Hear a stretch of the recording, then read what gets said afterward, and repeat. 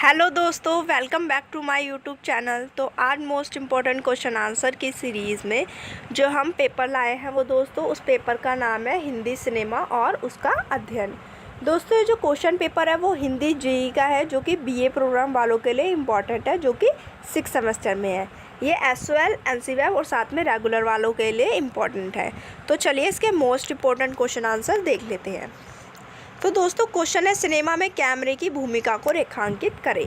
तो दोस्तों ये जो क्वेश्चन है ये हमारा प्रीवियस ईयर क्वेश्चन पेपर में आया हुआ है। अगर आपको यकीन नहीं है या फिर अगर आपको कोई भी डाउट है तो आप previous year question paper check कर सकते हैं। मैंने उसका लिंक भी डिस्क्रिप्शन में मेंशन कर दिया है, वहाँ से जाके चेकआउट कर सकते हैं। तो चांसेस रहते हैं कि क्वेश्चन जो होते हैं रिपीट होते हैं। तो इसके आंसर देख लेते हैं आपको कैसे अटैम्प्ट करना है। तो सिनेमा में कैमरे की भूमिका लिखनी है। सबसे पहले भूमिका लिखना होता है जब आंसर लिखते हैं। तो कैमरा लैटिन के कैमरा ऑब्सक्योर शब्द से संबंधित है, ठीक है, जिसका अर्थ अंधेरा कक्ष होता है। ठीक है, इसका अर्थ क्या होता है? अंधेरा कक्ष। कैमरा सबसे पहले कैमरा ऑब्सक्योरा के रूप में आया। इसका आविष्कार किसने किया था दोस्तों? इराकी वैज्ञानिक इब्न अल हाजैन ने किया था। इसके बाद अंग्रेज वैज्ञानिक रॉबर्ट बॉयल एवं उसके सहायक रॉबर्ट हुक ने 1660 के दशक में एक पोर्टेबल कैमरा विकसित किया। सन 1685 में जोहान जान ने एक कैमरा विकसित किया जो सुबह था और तस्वीर खींचने के लिए व्यावसायिक था। ठीक है, जो 1685 में जोहान जान ने कैमरा विकसित किया वो ऐसा कैमरा था जिससे क्या कर सकते थे, हम तस्वीर खींच सकते थे। अब कैमरे से जुड़ी कुछ महत्वपूर्ण बातें कर लेते हैं। पहले के कैमरों में पीसी सीरियल पोर्ट का प्रयोग होता था। यूएसबी आजकल का सबसे ज़्यादा प्रयुक्त होने वाला तरीका है।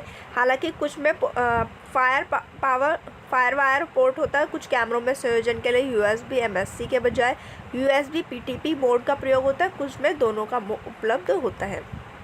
तो दोस्तों ये आपको एज इट इज़ याद रखना है डेटा, ठीक है, कि इसमें क्या चीज़ होती है। अगला समझ लेते हैं। अगला है हमारा, अन्य कैमरे में वाईफाई के माध्यम से बेतार संयोजन का प्रयोग होता है, जैसे कोडेक। ठीक है दोस्तों, इसमें वाईफाई के तरीके से भी हम यूज़ कर सकते हैं। आगे है कैमरा फ़ोनों और कुछ उच्च स्तरीय स्टैंड अलोन डिजिटल कैमरों में भी चित्रों को शेयर करने के उद्देश्य से संयोजित करने के लिए सेलुलर नेटवर्क का प्रयोग होता है। सेलुलर नेटवर्क का सबसे साधारण मानक है एमएमएस, मल्टीमीडिया सर्विस। ठीक है, एमएमएस की फुल फॉर्म है मल्टीमीडिया सर्विस, जिसे आमतौर पर पिक्चर मैसेजिंग भी कहते हैं, जिसे 1.3 बिलियन लोग प्रयोग करते हैं। ठीक है, इसका यूज़ जो है दोस्तों 1.3 बिलियन लोग करते हैं। सेलुलर नेटवर्क की दूसरी विधि के अंतर्गत एक तस्वीर के एक ईमेल संलग्न के रूप में भेजा जाता है। सभी कैमरा फ़ोन में से केवल कुछ प्रतिशत कैमरा फ़ोन में ही ईमेल की सुविधा उपलब्ध होती है, इसलिए इसका उपयोग बहुत ज़्यादा प्रयोग नहीं होता है। फोर्थ समझ लेते हैं दोस्तों। एक सामान्य विकल्प के रूप में कार्ड रीडर का प्रयोग होता है, जो कई प्रकार के भंडारण माध्यमों को पढ़ने में सक्षम हो सकता है और साथ ही कंप्यूटर में डेटा के तीव्र गति से होने स्थानांतरण को भी पढ़ने में सक्षम है। कार्ड रीडर के प्रयोग से डाउनलोड की प्रक्रिया के दौरान कैमरे की बैटरी के नष्ट होने से भी बचा जा सकता है। ठीक है दोस्तों, आगे समझ लेते हैं। पांचवा है वाइड शॉट। तो वाइड शॉट में क्या होता है वो समझ लेते हैं। इस शॉट में फ्रेम में पूरा विषय दिखता है, व्यक्ति के पैर लगभग फ्रेम के नीचे होते हैं। ठीक है, इसमें क्या होता है, जो शॉट होता है वो पूरा दिखता है और जो फ्रेम में पैर होते हैं व्यक्ति के वो नीचे होते हैं और सिर ऊपर होता है। स्पष्ट रूप से इस शॉट में विषय फ्रेम में बहुत कम चौड़ाई कवर करता है, क्योंकि फ्रेम विषय के जितने करीब होगा उतना ज़्यादा इसका शरीर का हिस्सा फ्रेम को कवर करेगा। विषय के कुछ भाग ऊपर एवं कुछ भाग नीचे को सेफ्टी रूम कहा जाता है। आप सिर के ऊपर वाले भाग को काटना नहीं चाहोगे या असहज भी दिखाई देगा यदि फ्रेम में पैर और सिर के ऊपर बिल्कुल भी जगह खाली ना हो। आगे समझ लेते हैं very wide shot. VWS shot में विषय दिखाई देता है परंतु असल में उसके आसपास के वातावरण को दिखाने पर जो दिया जाता है यह एक स्थापित शॉट के रूप में भी काम करता है। ठीक है, जो जैसे कभी कभी क्या होता है, इमेजिनरी बैकग्राउंड होता है ना पीछे, उस तरीके से काम करता है। आगे है एक्सट्रीम वाइड शॉट। EWS में फ्रेम इतनी दूर से दिखाया जाता है जिससे विषय दिखाई भी नहीं देता। इस शॉट का उद्देश्य विषय के पारवेश को दिखाना होता है। EWS अक्सर एक स्थापित शॉट के रूप में उपयोग किया जाता है। इस शॉट को फिल्म के पहले शॉट के रूप में लिया जाता है। दर्शकों को यह बताया जाता है कि आगे होने वाला एक्शन कहाँ पर हो रहा है। ठीक है दोस्तों, उसे एक्सट्रीम वाइड शॉट कहते हैं। आगे बढ़ते हैं दोस्तों। आगे 8वां है कटवे शॉट। ठीक है, इसका दूसरा नाम है कटिंग शॉट। एक कटवे शॉट वह होता है जो आमतौर पर मौजूदा फ्रेम से अलग कोई एक्शन होता है। ठीक है, कटवे शॉट किसे बोलेंगे? जो भी मौजूदा फ्रेम है उससे अलग कोई एक्शन। यह एक अलग विषय हो सकता है, फ्रेम से संबंधित कोई एक्शन नहीं। वहीं कट इन शॉट फ्रेम के अंदर के ही किसी भाग का क्लोजअप हो सकता है, ठीक है। वहीं अगर कट इन शॉट की बात करें तो वो क्या होगा दोस्तों, किसी फ्रेम के अंदर का ही भाग होगा, जैसे कि हाथ का मूवमेंट, ठीक है, या फिर पैरों को चलाना, नोट करना, मतलब कि मुंडी हिलाना, ठीक है, ये सारी चीज़ें। लेकिन कटवे शॉट क्या होगा, जैसे कि आसपास की चीज़ें, जैसे जो मेन चीज़ चल रही है उसके आजू बाजू बाहर क्या चल रहा है, गाड़ियाँ चल रही है, ऐसी ये सारी चीज़ें। कटवे और कट इन शॉट को शॉट्स के बीच के बफर के रूप में उपयोग किया जाता है और अतिरिक्त जानकारी देने या प्रोग्राम को थोड़ा और रोचक बनाने के लिए भी इसका उपयोग किया जाता है। टू शॉट को समझ लेते हैं। अब इस पर कुछ भिन्नताएं हैं, लेकिन मूल विचार यह है कि वह शॉट जिसमें दो लोग आरामदायक रूप से नजर आए उसे टू शॉट कहते हैं, ठीक है। टू शॉट सिंपल सी बात है, उसे ही बोलेंगे जिसमें दो लोग आराम से नजर आ जाए। जैसे कि आपने देखा होगा, एग्जांपल अगर मैं दूं तो जैसे कि मीडिया में क्या होता है, दो लोग आपस में डिबेट कर रहे होते हैं, ठीक है, ये सारी चीज़ें क्या आ जाएंगी, टू शॉट में आ जाएगी। साक्षात्कार में इसका अक्सर उपयोग किया जाता है, या जब दो प्रस्तुतकर्ता एक शो की मेज़बानी कर रहे हैं। विषयों के बीच संबंध स्थापित करने के लिए टू शॉट सबसे अच्छा है। किसी भी इंटरव्यू या स्पोर्ट्स ब्रीफिंग के दौरान इसका उपयोग सबसे ज़्यादा किया जाता है, जिससे दो लोग आपस में एक दूसरे से बात करते हैं। टू शॉट दो लोगों को पेश करने का एक स्वाभाविक तरीका है। जैसे कि आपको पता होगा, जब कमेंट्री करते हैं, देखा है ना आपने, जब क्रिकेट चल रहा होता है कमेंट्री करते हैं, या फिर कोई भी अवार्ड फंक्शन होता है उसमें भी कमेंट्री करते हैं, तो दो लोगों को दिखाया जाता है, तो उसे टू शॉट का दर्जा दे दिया जाता है। ओवर द शोल्डर शॉट देख लेते हैं। यह शॉट उस व्यक्ति के पीछे से बनाया जाता है जो विषय को देख रहा है। इस शॉट में विषय का सामना करने वाला व्यक्ति को आमतौर पर लगभग 1/3 फ्रेम पर कब्जा होना चाहिए। यह शॉट प्रत्येक व्यक्ति की स्थिति को स्थापित करने में मदद एक बाहरी कार्ड रीडर की सहायता से भंडार माध्यम से संग्रह से चित्रों को सीधे अभिगमित करने में सुविधा होती है। लेकिन यदि केवल एक भंडार कार्ड प्रयोग में हो तो कैमरा और रीडर के बीच इसे आगे पीछे हिलाने डुलाने में असुविधा का सामना करना पड़ सकता है।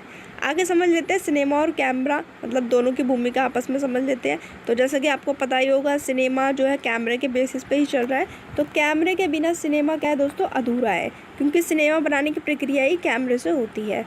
विश्व सिनेमा की बात करें तो लूमियर बंधु 1895 में पहली बार कैमरे का प्रयोग किया।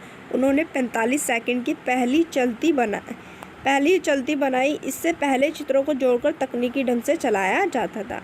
लूमियर बंधुओं ने पहली बार कैमरे का प्रयोग कर सिनेमा की नींव तैयार की। 1910 में the life of Christ film दिखाई। लूमियर बंधुओं की प्रस्तुति उस समय के लिए अचंभित करने वाली थी। लोग इसे किसी अजूबे की तरह देख रहे थे। उसी दशक दीर्घा में बैठे एक युवक ने उसी समय सिनेमा बनाने का प्रण किया, जिसका नाम था दोस्तों दादा साहेब फाल्के। जैसे कि मैंने आपको प्रीवियस वीडियो में बताया दादा साहेब फाल्के के बारे में और सिनेमा के बारे में, तो आप वीडियो भी वो चेकआउट कर सकते हो, ठीक है दोस्तों। वो भी मोस्ट इंपॉर्टेंट क्वेश्चन आंसर की सीरीज़ में ही है, लिंक मैं डिस्क्रिप्शन में मेंशन कर दूंगा, आप वहाँ से जाके चेकआउट कर सकते हैं। फाल्के ने कैमरे की आरंभिक तकनीकों का प्रयोग कर मूक फिल्में बनाई। फाल्के के लिए यह 45 सेकंड की फिल्म जीवन बदलने वाली साबित हुई, ठीक है। जो उन्होंने वो फिल्म देखी थी वो उनके लिए जीवन बदलने वाली फिल्म साबित हुई। आगे बढ़ते हैं। भारत में सिनेमा का आरंभ देश के कई बड़े शहरों में एक साथ हुआ। तत्कालीन बम्बई नाम से चर्चित मुंबई इसका मुख्य केंद्र बना। साउथ और नॉर्थ में भी सिनेमा ने लोगों को खासा प्रभावित किया। इन शहरों में बसे पैसे वाले फोटोग्राफर कैमरे की नई विधि से गहराई से प्रभावित हुए और फिल्म बनाने को प्रेरित हुए। सिनेमेटोग्राफी को सीखने का नया चलन आरंभ हुआ। लोगों ने अपनी आसपास की घटनाओं को छायांकन के दौलत और शोहरत कमाने लगे। बड़े शहरों में फिल्म निर्माण की प्रक्रिया आरंभ हुई। 1897 से 1912 चित्रवृत्तों द्वारा कैमरे का खूब प्रयोग हुआ। 1912 में मुंबई के रामचंद्र गोपाल टोनी ने पुंडलिक फिल्म का निर्माण किया, जिसे देखने वाले का तांता लग गया। अब देखो दोस्तों, धीरे धीरे क्या होने लगी, फिल्म फेमस होने लग गई, जिसका श्रेय किसको जाता है दोस्तों, कैमरे को जाता है। तो अब क्या होता है दोस्तों, 1912 में मुंबई के रामचंद्र गोपाल टोनी ने पुंडलिक फिल्म का निर्माण किया, जिसमें क्या होता है, बहुत ज़्यादा भीड़ लग जाती है उसे देखने के लिए। महाराष्ट्र के विख्यात हिंदू संत के जीवन पर आधारित इस फिल्म में नासिक के नाट्य मंडल के नाटकारों ने ही इसमें अभिनय किया, ठीक है। तो जो नाटक करते थे उन्हीं ने इसमें पार्टिसिपेट किया नाटककार के रूप में, ठीक है। ऐसा माना जाता है कि इसका निर्माण विदेशियों द्वारा हुआ था, इसलिए इसे भारतीय फिल्म का दर्जा नहीं मिला, ठीक है, क्योंकि बहुत सारे लोग मानते हैं कि इसे विदेशियों द्वारा निर्माण किया गया था, इस वजह से भारतीय फिल्म का दर्जा नहीं दिया। इसी इसी के एक ठीक वर्ष बाद क्या होता है, एक वर्ष बाद क्या होता है दोस्तों, राजा हरिश्चंद्र का निर्माण होता है और राजा हरिश्चंद्र को क्या हो दोस्तों, अपार सफलता मिलती है। इस फिल्म को से इतने प्रसन्न हुए कि 1914 में इस फिल्म के प्रदर्शन के लिए इंग्लैंड गए। अब क्या होता है दोस्तों, इससे क्या होता है, ये फिल्म बहुत ज़्यादा फेमस हो जाती है और गोविंद फाल्के इस फिल्म के सफलता से इतने प्रसन्न हो जाते हैं कि वो 1914 में फिल्म के प्रदर्शन के लिए इंग्लैंड जाते हैं। यहाँ भी फिल्म को खूब पसंद किया गया। फाल्के को यह सफलता केवल कैमरे के कारण मिल रही थी। कैमरे ने आधुनिक कला विधा के रूप में सिनेमा की दुनिया सबसे लोकप्रिय कला माध्यम बना दिया। राजा हरिश्चंद्र की लंबाई केवल 3700 फीट थी। मूक फिल्म होने के कारण इस फिल्म के नीचे हिंदी एवं अंग्रेजी से सबटाइटल चलाए गए, जिससे विदेशी लोग भी समझ पाए। ठीक है दोस्तों, ये फिल्म बहुत ज़्यादा लोकप्रिय होने लग गई। अब क्या हो रहा था, क्योंकि ये एक मूक फिल्म थी राजा हरिश्चंद्र, तो इस वजह से इसके नीचे सबटाइटल्स चलाए गए थे, जिससे लोग समझ सके मूवी बोलना क्या चाह रही है, जो हिंदी और इंग्लिश दोनों में थे। दादा साहेब फाल्के ने फाल्के फिल्म्स कंपनी नाम से फिल्म प्रोडक्शन शुरू किया। अब दादा साहेब फाल्के क्या करते हैं दोस्तों, फाल्के फिल्म्स कंपनी नाम से फिल्म प्रोडक्शन शुरू करते हैं। हिंदुस्तान फिल्म कंपनी उस दौर की सबसे बड़ी फिल्म कंपनी बनी, जिसके अंतर्गत कई चर्चित फिल्मों का निर्माण हुआ। फाल्के इस सबके प्रेरणा स्रोत थे। उन्होंने कृष्णम कालिया, मर्दन, संत तुकाराम, संत नामदेव, भक्त प्रहलाद जैसी सफल और लोकप्रिय फिल्मों का निर्माण किया। तो इनमें से आप कुछ एक फिल्मों का नाम याद रख सकते हो एग्जाम्पल डालने के लिए, तो वो बेटर होगा। ठीक है दोस्तों, आगे बढ़ते हैं। आगे एनिमेशन फिल्मों के दौर ने भी कैमरे की भूमिका बदल दी। ठीक है, अब एनिमेशन का दौर आ जाता है दोस्तों, जिसमें क्या होता है, telefilm, Shemaroo film, Sony Sahara one motion pictures, UTV motion picture जैसी प्रतिष्ठित कंपनियों ने वोल्ट डिज्नी स्टूडियो के साथ कई एनिमेशन फिल्मों का निर्माण किया। एनिमेशन इससे रोड साइड रोमियो पहली एनिमेशन फिल्म है। ठीक है, इसमें एनिमेशन फिल्म की बात करें तो सबसे पहली एनिमेशन फिल्म है रोड साइड रोमियो, तो आप इसमें नाम याद रख सकते हैं। एनिमेशन फिल्में मूलतः पौराणिक चरित्रों और पंचतंत्र के आधुनिक संदर्भों पर आधारित बनाई जाती है, जिसका उद्देश्य बच्चों का मनोरंजन करना और उन्हें शिक्षित करना है। ठीक है, जो एनिमेशन फिल्म होती है दोस्तों, वो ज़्यादातर बच्चों के लिए बनाई जाती है। उनका मेन मकसद यही होता है कि बच्चों को क्या करना, मनोरंजन करना और उन्हें शिक्षित करना। हनुमान तथा हनुमान रिटर्न, बुद्ध बाल, गणेश घटोत्कच जैसी फिल्मों ने बड़ी सफलता प्राप्त की। भारत में पहली एनिमेटेड फिल्म कब बनी थी, 23 जून 1934 को गुमनाम बनर्जी के निर्देशन में बनी थी। इसका नाम था दोस्तों पी ब्रदर्स नामक इस फिल्म को जो न्यू थिएटर्स लिमिटेड ने बनाई थी। ठीक है दोस्तों, तो आगे बढ़ते हैं दोस्तों। आगे है सिनेमा में कैमरा के विभिन्न क्रियाएं। सिनेमा मतलब कि कैमरा के क्या क्या कार्य हैं। पैन बाय यानी कि बाएं ओर इशारा करते हुए सेल के ऊपर और नीचे तीरों संकेत मिलता है कि कैमरे को क्षैतिज रूप से बाईं ओर ले जाना चाहिए।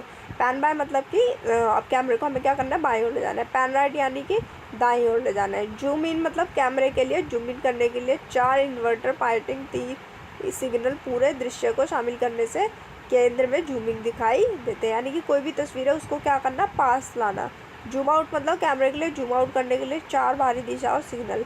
ठीक है, जूम आउट मतलब कोई पिक्चर बहुत पास है, हमें दूर करके देखनी है तो उसे दूर करना। सिनेमा में कैमरे के शॉट्स देख लेते हैं अब क्या क्या है। तो पहला है एक्सट्रीम क्लोजअप शॉट। ठीक है दोस्तों, पहला क्या है, एक्सट्रीम क्लोजअप शॉट। इसमें क्या है दोस्तों, इस शॉट में विषय के शरीर के किसी एक हिस्से के बारे में अत्यधिक विस्तार से बताया जाता है। लोगों के लिए ईसीओ का उपयोग भावनाओं को व्यक्त करने के लिए किया जाता है। अगला है क्लोजअप शॉट। इस शॉट में विषय की एक विषय विशेषता या किसी भाग को पूरे फ्रेम में रखते हैं। किसी व्यक्ति के करीब होने का अर्थ आमतौर पर उसके चेहरे का करीब होना है। अगला है मिड क्लोजअप। यह शॉट क्लोजअप और मिड शॉट के बीच का शॉट होता है। यह शॉट चेहरे को और अधिक स्पष्ट रूप से दिखाता है, बाकी शरीर भी सहज रूप से दिखाता है। आगे है मिड शॉट दोस्तों। इसमें विषय के कुछ हिस्से को और अधिक विस्तार से दिखाया जाता है, जिससे दर्शकों को महसूस होता है कि वो जिस विषय को देख रहे हैं वह फ्रेम में पर्याप्त दिख रहा है। एक व्यक्ति को कैसे दिखेंगे, आप उस व्यक्ति के निचले हिस्से पर कोई ध्यान नहीं दे रहे होंगे, इसलिए फ्रेम का वह भाग अनावश्यक है। ठीक है दोस्तों, आगे पढ़ते हैं दोस्तों। और दूसरे व्यक्ति के दृष्टिकोण में एक व्यक्ति को देखने का अनुभव मिलता है। दो लोगों के बातचीत के दौरान इन शॉट के बीच कट करना आम बात है। आगे है पॉइंट ऑफ व्यू शॉट, यानी कि यह शॉट विषय के दृष्टिकोण में एक दृश्य दिखाता है। आमतौर पर इस तरह संपादित किया जाता है जिससे यह स्पष्ट हो कि इस पॉइंट ऑफ व्यू क्या है। ठीक है दोस्तों, तो आपको सर्च मार के बताना है पॉइंट ऑफ व्यू, मतलब कि POV यानी कि पॉइंट ऑफ व्यू क्या होता है। एरियल शॉट देख लेते हैं। इस शॉट को किसी हवाई उपकरण जैसे ड्रोन या हवाई जहाज़ में लिया जाता है, जिसमें पूरे एक शहर या ग्राउंड या घटना स्थान का चित्र काफ़ी ऊपर से लिया जाता है, जिससे उस जगह के और उसके आसपास के पूरे घटनाक्रम का पता चल सके। एरियल शॉट किसे बोलेंगे? जैसे कि आपने आजकल देखा होगा या हवाई जहाज़ से या फिर ड्रोन से जो वीडियो शूटिंग वगैरह होती है उसे एरियल शॉट का दर्जा दिया जाएगा। तो दोस्तों ये तो थी आज की वीडियो। तो आशा करती हूँ आपको जो वीडियो है वो अच्छे समझ में आ गई होगी। अगर आपको कोई भी डाउट है तो आप अभी भी कमेंट सेक्शन में मेरे से पूछ सकते हैं, ठीक है दोस्तों। तो आपको कैसी लगी ये वीडियो मेंशन करना ना भूलें। So thank you for watching this video. Please like share and subscribe my channel. तो मिलते हैं दोस्तों नेक्स्ट वीडियो में, तब तक बने रहिए मेरे चैनल के साथ।